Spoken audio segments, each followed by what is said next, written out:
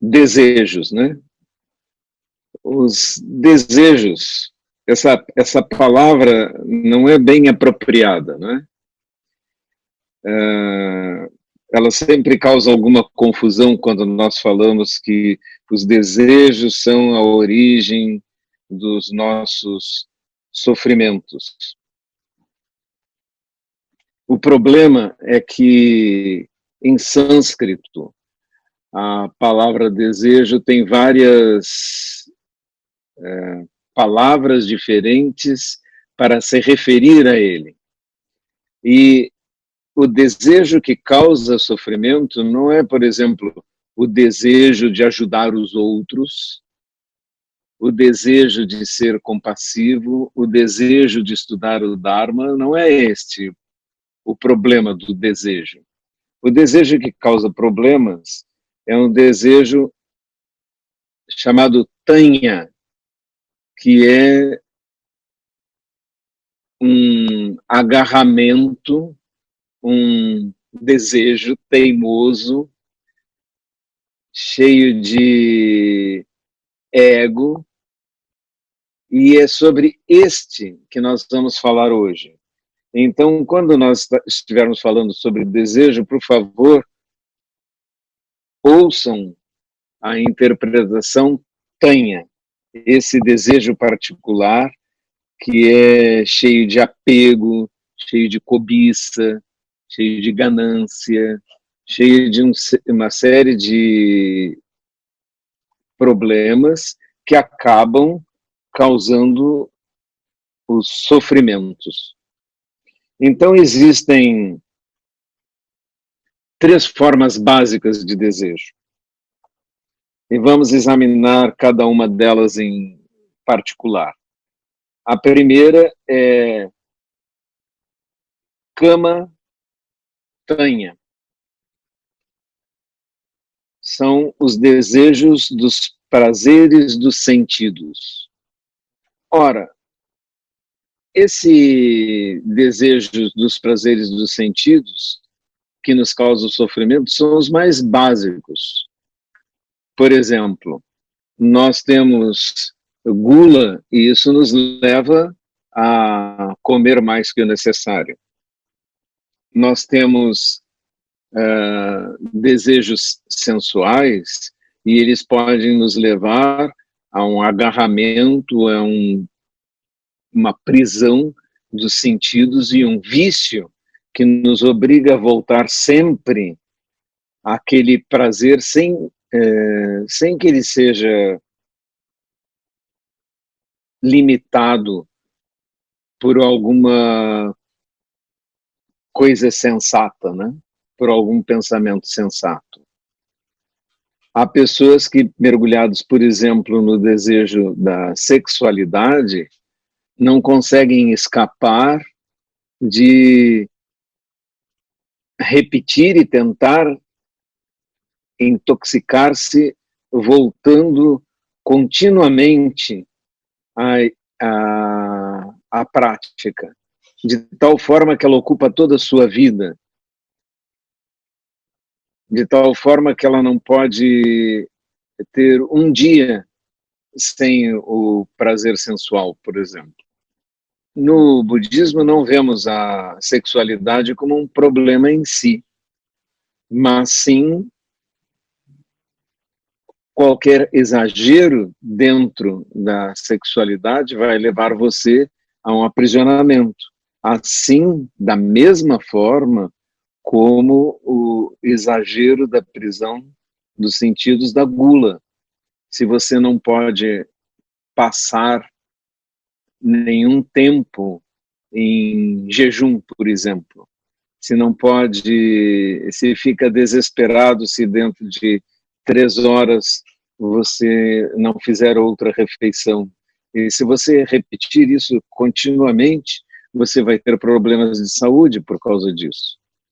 A mesma coisa vai acontecer com a sexualidade. Se você a colocar como centro da sua vida, você não fará mais outra coisa do que isso, gastará todos os seus recursos em relacionamentos ou na procura da satisfação da sexualidade. A mesma coisa nos prazeres dos sentidos acontece com a aquisição de bens, com qualquer coisa que lhe dê prazer por você agregá-la a seu ego. Assim, tradicionalmente, no tempo de Buda, havia uma prática ascética dentro da prática budista. Essa prática ascética era caracterizada, por exemplo, para os monges, né?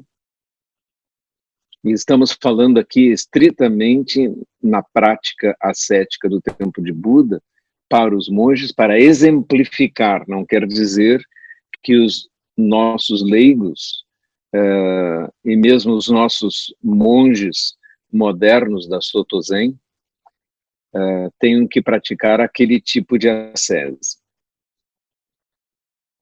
A primeira regra do Vinaya no tempo de Buda era não o celibato em si, mas a castidade. Então haveria uma abstinência completa de toda atividade sexual. Mesmo tocar com a mão em outra pessoa com uma intenção maliciosa era considerado uma ofensa para os monges. Então os monges não podiam fazer isso. Os monges não podiam ter nenhum relacionamento de fundo sensual, e as regras são explícitas a esse respeito, falando sobre homens com mulheres, homens com homens, mulheres com mulheres, homens e mulheres com animais, etc. Todas as formas de sensualidade, mesmo uma forma de prática de sensualidade privada, era considerada uma ofensa ao primeiro preceito. Outro aspecto do ascetismo, da prática monástica no tempo de Buda, era o jejum intermitente, de modo que os monges não podiam comer nada depois do meio-dia até o dia seguinte. Então, as refeições dos monges se restringiam a uma de manhã e uma ao meio-dia, ou somente a do meio-dia, de modo que os monges estavam sempre vivendo um jejum de 24 horas. Meu mestre Saikawa Roshi passou quase 2 anos como monge Theravada no sudeste da Ásia, onde ainda sobrevivem essas práticas entre os monges Theravada. E o que ele me relatou é que o que acontecia é que todos os dias, ao meio-dia, todos os monges comiam tudo que podiam, né? Faziam grandes refeições para suportar o fato de que daí em diante, depois do meio-dia, não poderiam comer mais nada. E então, regra após regra que você vai examinando no Vinaya antigo, tem a marca do ascetismo. Uma marca que nós interpretaríamos como de mortificação dos sentidos, de restrição dos sentidos. Se nós olhamos essa antiga tradição, devemos restringir um pouco a nossa a maneira como o corpo e os sentidos nos arrastam. Então é uma boa ideia, por exemplo, deixar de tomar um alimento que nós sabemos que está disponível daquela forma para nós apenas por uma condição atual, ou seja, alimentos industrializados, doces, etc., que estão muito disponíveis e que, se nós comermos de forma ilimitada, vai criar problemas para a nossa saúde. Então, se olhamos a maneira como os monges comiam no tempo de Buda, nós veremos que é perfeitamente possível para você restringir a ingestão de açúcar, por exemplo. Antigamente eu colocava, isso é café, antigamente colocava açúcar no café. Aí, há alguns anos, eu interrompi esse hábito completamente e daí descobri que nós podemos tomar café de boa qualidade sem açúcar, o que é uma maneira muito melhor de apreciá-lo, assim como chá e muitas coisas assim. Esse é apenas um exemplo de uma contenção que podemos ter sobre os prazeres dos sentidos. E existe, então, um outro desejo chamado Rupa Tanya, o desejo de autopreservação, que é baseado na crença de uma existência eterna, ou de vir a ser. Esse talvez seja um tópico, o primeiro parece um tópico da virtude, da contenção, bastante parecido com a prática monástica ou a prática religiosa que nós já conhecemos dentro do cristianismo, que também tem esse aspecto de contenção e de ascese, sempre tradicional. Mas o desejo de autopreservação,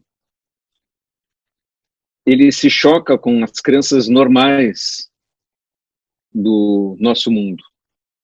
Nós tendemos a pensar, e todas as religiões, exceto o budismo, tentam dar ao homem a esperança de que seu eu vai continuar. E por isso surge a crença de uma alma eterna. E a alma, então, sobreviveria à morte carregando consigo seu eu. O budismo tem um ensinamento completamente diverso, dizendo que apenas o karma continua e ele manifesta uma nova existência que diz a si mesma, eu sou. Que é o que acontece conosco nesta vida. Esse eu desta vida é o eu particular desta vida. Nós herdamos o karma de existências passadas? Sim, herdamos o karma de existências passadas, mas não herdamos o mesmo eu.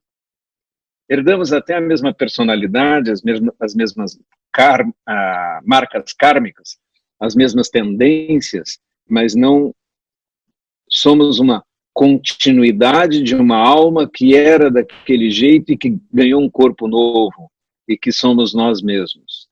Que é a crença, por exemplo, do espiritismo, e que leva à noção de reencarnação, que o budismo contesta com a tese de continuidade kármica, e não de continuidade de um eu. Ora, a alma em si é uma maneira de continuar o seu próprio eu. E a ideia de reencarnar é uma ideia de continuar a mim mesmo, de não morrer. O budismo diz, não, o eu e as memórias dessa vida morrem com você. Esse karma que você tem manifesta uma nova existência. Manifestada essa nova existência assume nome, assume identidade, mas tem as mesmas características, a mesma personalidade de uma vida anterior, porque tem as mesmas marcas kármicas, mas está em constante mudança. Nós estamos em constante mudança.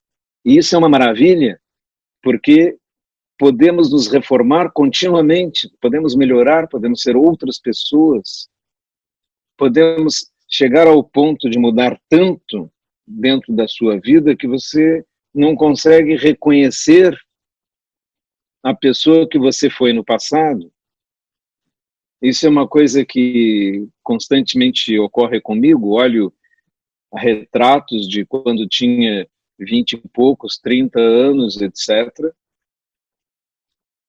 E não consigo me reconhecer. Parece que na realidade foi outra pessoa, porque agora eu tenho até um nome diferente, me comporto diferente e tenho uma autoidentidade diferente. Então, dentro de uma própria vida, você pode mudar muito. E isto é, como eu disse antes, uma maravilha, uma grande libertação. E a alma eterna carregaria um eu sempre com você. E essa rupatanha, desejo de autopreservação, desejo de vir a ser, sempre continuando, é um dos desejos básicos que mais atrapalha a realização espiritual. O primeiro, como eu disse, são as coisas muito básicas, né? Os desejos sensuais, ligados aos sentidos, aos prazeres corporais, e também, vamos dizer, no primeiro desejo que eu estava falando, existe um desejo terrível que, na realidade, prejudica muitas pessoas, inclusive dentro do caminho espiritual, que é o desejo de fama e honra, o desejo de ficar famoso, de ser reconhecido, de ser visto dentro da comunidade como uma pessoa especial. Esses desejos de fama e honra, de prestígio, de ser aluno preferido do professor ou qualquer coisa assim, todas essas características acabam sendo enormes entraves no caminho espiritual, porque estão ligados a fomes do ego. São egos famintos que se comportam assim. Então, o segundo desejo, o desejo de autopreservação, rupatanha, ele leva ao engano de querer existir para sempre, ao engano de querer ter uma alma, de querer preservar o seu eu como uma coisa preciosa que não se altera, que continua para sempre, que tem uma existência eterna. E isto é apontado por Buda justamente como um dos problemas mais básicos que pode impedir você de ter uma realização espiritual. E o terceiro, sutil, é o desejo de não existência, arupa tanha, ou o desejo de autoaniquilação. Ele ocorre frequentemente também. Existe um índice, por exemplo, de suicídios bastante alto e não noticiado, porque noticiar aumenta o número de suicídios. E assim a imprensa, por convenção, não publica tanto quanto possível os detalhes de suicídios. Porque se você publica, no dia seguinte ocorre outro, e usando o mesmo método.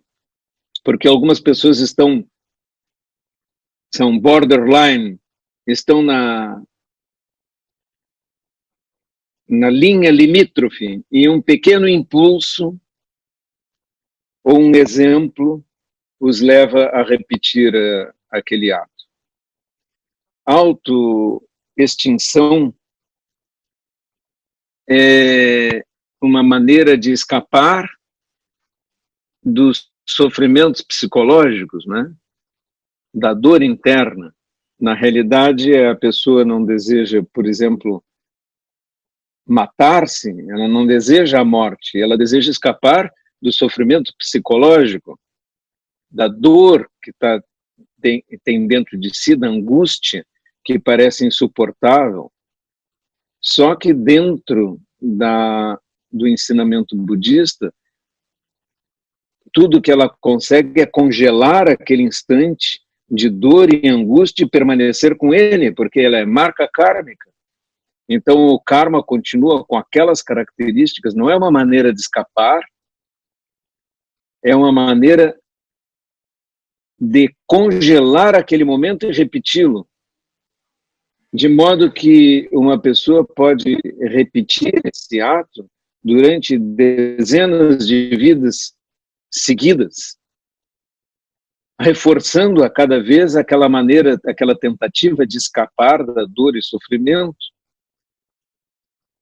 absolutamente inútil, porque ela só consegue congelar e repetir. Então, do ponto de vista budista, não é isso que deve se fazer, mas sim mudar a si mesmo de modo a escapar da dor e sofrimento, compreendendo profundamente e fazendo prática espiritual capaz de reformar a si mesmo e suas perspectivas a respeito da vida, que, se olhada corretamente, é maravilhosa. Assim, o desejo de autoextinção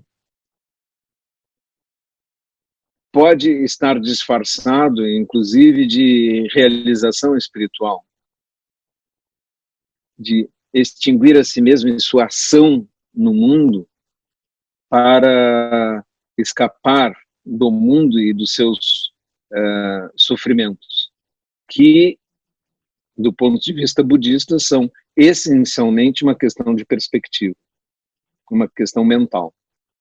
Assim, examinando esses 3 desejos de forma um pouco sucinta, repetindo Kamatanha, sobre os sentidos, o desejo de autopreservação, Rupatanha, preservação do eu, e o desejo de extinção do eu, Arupatanha.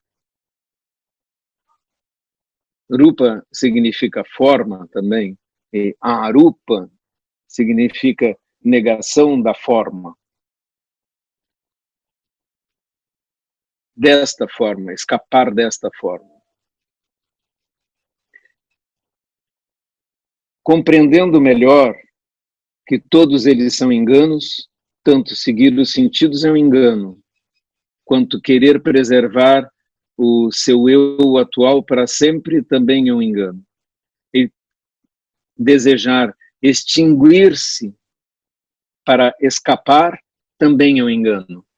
Portanto, só existe uma maneira realmente de escapar de todos esses problemas. É através do esclarecimento, do despertar, que faz com que os desejos, esses desejos que eu descrevi, se desfaçam como se fossem fumaça.